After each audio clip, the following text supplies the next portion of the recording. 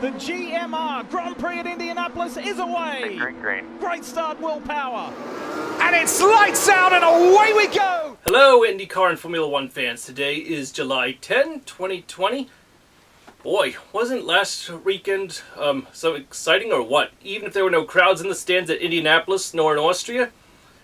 Now, you might be wondering, why is the background slightly different this time? I'll get into that a little later.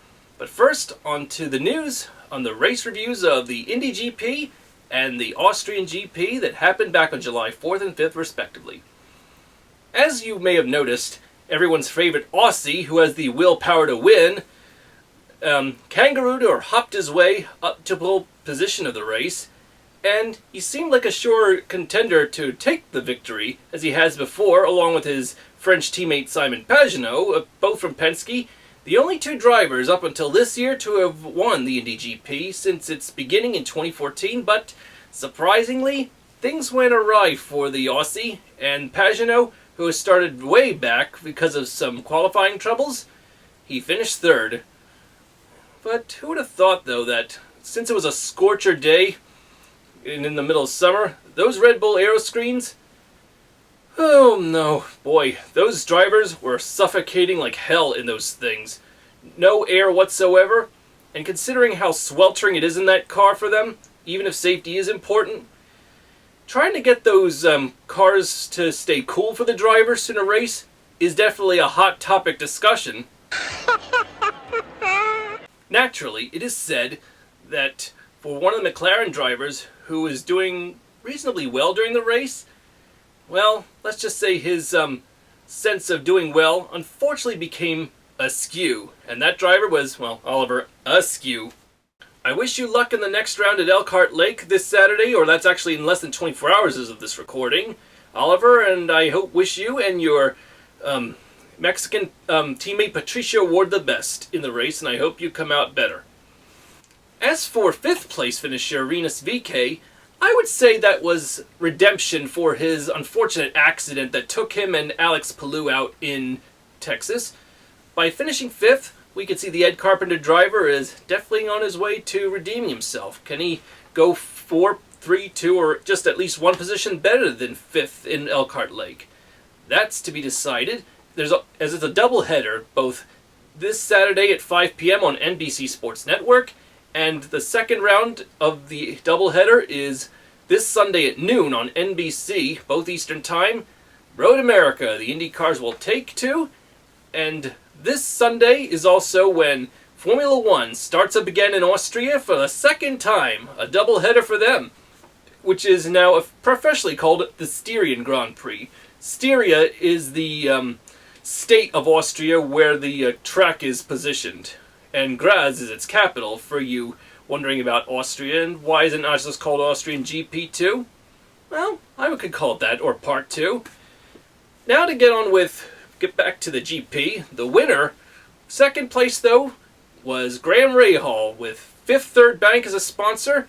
It has been renewed for a few more years, so there's something to write a check out to.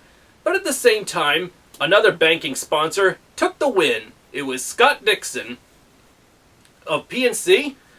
With the PNC Bank first and Fifth Third Bank second, we could say these banks are cashing in on some great finishes. Will this momentum for Scott Dixon, having it 2 wins in a row this season, continue on to the Indianapolis 500, or so much into Elkhart Lake? That we'll have to see. Well, we can tell that with Scott Dixon driving for Chip Ganassi, Ganassi's team is a chip off the old block. Where's Marcus? As for Marcus Ericsson, he finished 6th in the race behind Rinus VeeKay. As for the third teammate of Chip Ganassi, Felix Rosenqvist, he unfortunately finished 15th. Yeah, it's unfortunate. We saw how quick he could be at Texas before he crashed out. I can imagine, though, with the fact he finished second behind Scott Dixon in last year's Mid-Ohio race, which I'm planning to attend next month for the first time, I'm sure it must be a great track, we can be sure that even at Elkhart Lake, assuming his car's up to snuff, that Felix will be Rosen quick.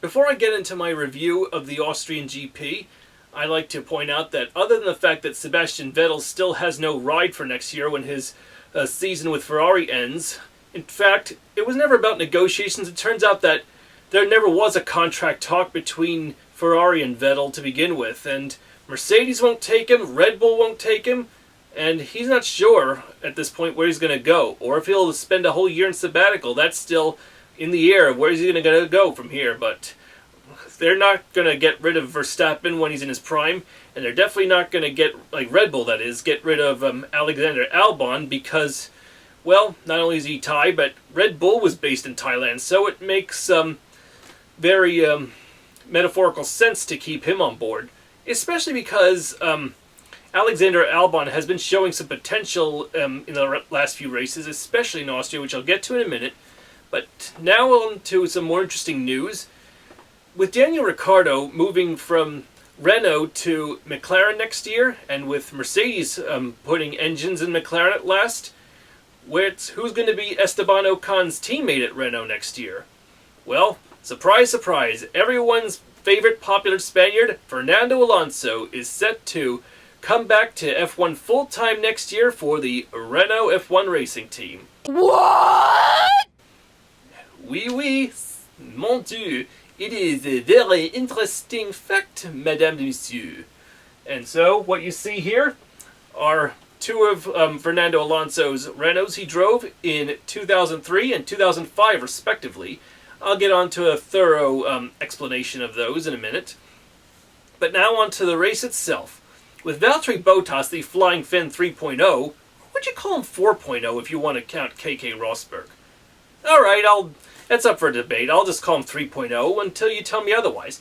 The Flying Finn 3.0, Valtteri Bottas, started on pole, but with Lewis Hamilton starting third, well, you'd think that the Silver Arrows, or maybe I should say Black Arrows, because the Mercedes team, like the Silver Arrows is a nickname for Mercedes, for those of you who don't know, because of the common silver paint that the team has, but then their logo is usually silver all the way around, but because of all the racial unrest that's been going on in the world, their Mercedes team have painted their cars black on behalf of the African ethnic people around the world who are not being treated fairly at this time. So, saying that we race as one, and for Lewis Hamilton to take a stand in the fight against racism, I applaud you for that.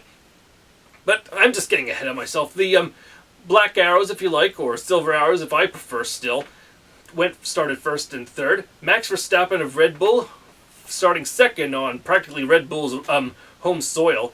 Now, why would I say that Red Bull is Austrian if I just said it was Thai as well? Well, for those who don't know, Red Bull began in Thailand before the factory or the company we know today got situated in Austria. So that's how it all comes together. And ironically, the Red Bull racing team is based in Milton Keynes, England. With Honda Power and Aston Martin as their corporate sponsorship, which is about to disappear. And at the same time, while they say Red Bull gave him wings, unfortunately for Max Verstappen, his wings got clipped by lap 11. Verstappen going slowly, and has he lost power? And he's desperately trying to get power back into that Red Bull. And he's urging it along and moving around in his seat, but is this Verstappen out of the race? I keep saying I can't change it. Okay, stand by, Max, for looking. I keep getting out. It was said by Max Verstappen's team that it was at first an ECU problem, or electrical control unit, that made his car slow down and subsequently out of the race, but later it was found out that it was a flywheel that went bad and caused Max Verstappen's chance of having a hat-trick of victories in Austria go bust. However, with the Styrian Grand Prix coming up this Sunday, and still at the same track, can the Dutchman take it to the max for a second chance at a hat-trick? And if he does win, could you consider it an Austrian GP hat-trick or not? That's debatable. But hey, when it comes to that Flying Dutchman, there's no Verstappen him. Lap 55, or more like the start of lap 55, beginning at the end of lap 54, Alfa Romeo driver Kimi Räikkönen had an interesting exit to the race, with his right front tire breaking off in an interesting fashion. Hey, where'd that wheel come from? There's your answer, Buddy Hackett. That's where that wheel came from. But the real drama started to happen with only 10 laps to go in the race, when Alexander Albon, the Thai driver driving for Red Bull, just looked like he could carry the flag when Max Verstappen failed to victory, or at least get close enough to Valtteri Bottas, who led the majority of the race, as he was gaining on Lewis Hamilton for second. But unfortunately, as they were duking it out for second, this occurred. Albon is all over the back of Hamilton, who once again forces in the long way round. Norris goes the long way round on Perez. no, not and again. Albon again, no, with Lewis Hamilton. He's... So as you can imagine from that accident, like, Alexander Albon was furious with that spin out, and the car ultimately was retired. So that was a double whammy for Red Bull, as it was for the other team, Haas, which also had both their drivers Magnussen and Grosjean out. So the Haas-bins were has-bins. As it comes to Hamilton, you can say he Hamiltoned it up all right, because by contacting Alexander Albon, he endured a 5-second penalty, which gave away his second place finish to Charles Leclerc of Ferrari, and third place would go to Lando Norris of Britain driving for the McLaren team. So where McLaren fails at Indianapolis despite Pato O'Ward finishing 8th in Indy, McLaren had some sunshine in their lives on a time where they're going through difficult moments, having to have laid off all their workers. Well, even though there were no crowds at this race or Indy GP, I'm sure McLaren finishing third since Brazil last year is definitely something to celebrate. And it was Lando Norris's first podium finish, so congratulations, Lando. You Landoed yourself in victory lane. And Ferrari says that despite the fact they finished second, they could be sure that their cars weren't doing so great. But thanks to what's been going on throughout the world, this pandemic, it has definitely made testing to improve their cars pretty difficult, if not impossible, especially how Italy was slammed with coronavirus, to which Ferrari's based. Not to mention the fact that Leclerc finished second in Austria this past Saturday was just insane amount of luck. If it weren't for that penalty, Leclerc would have had no chance. In any case, for Part 2, or the Styrian Grand Prix, which is happening this Sunday, oh yeah, Ferrari is starting to bring in some parts or new improvements or upgrades to their cars in the hopes that maybe they can do a few positions better. Maybe even take out Bottas and Hamilton from the lead to claim victory for the first time since Singapore. Well, congratulations to Valtteri Bottas, who took victory at Austria, Charles Leclerc second, and Lando Norris third. Mercedes, Ferrari, McLaren. Now on to bring you up to speed on the two cars that I was pointing out to you that helped Fernando Alonso become the success we know today.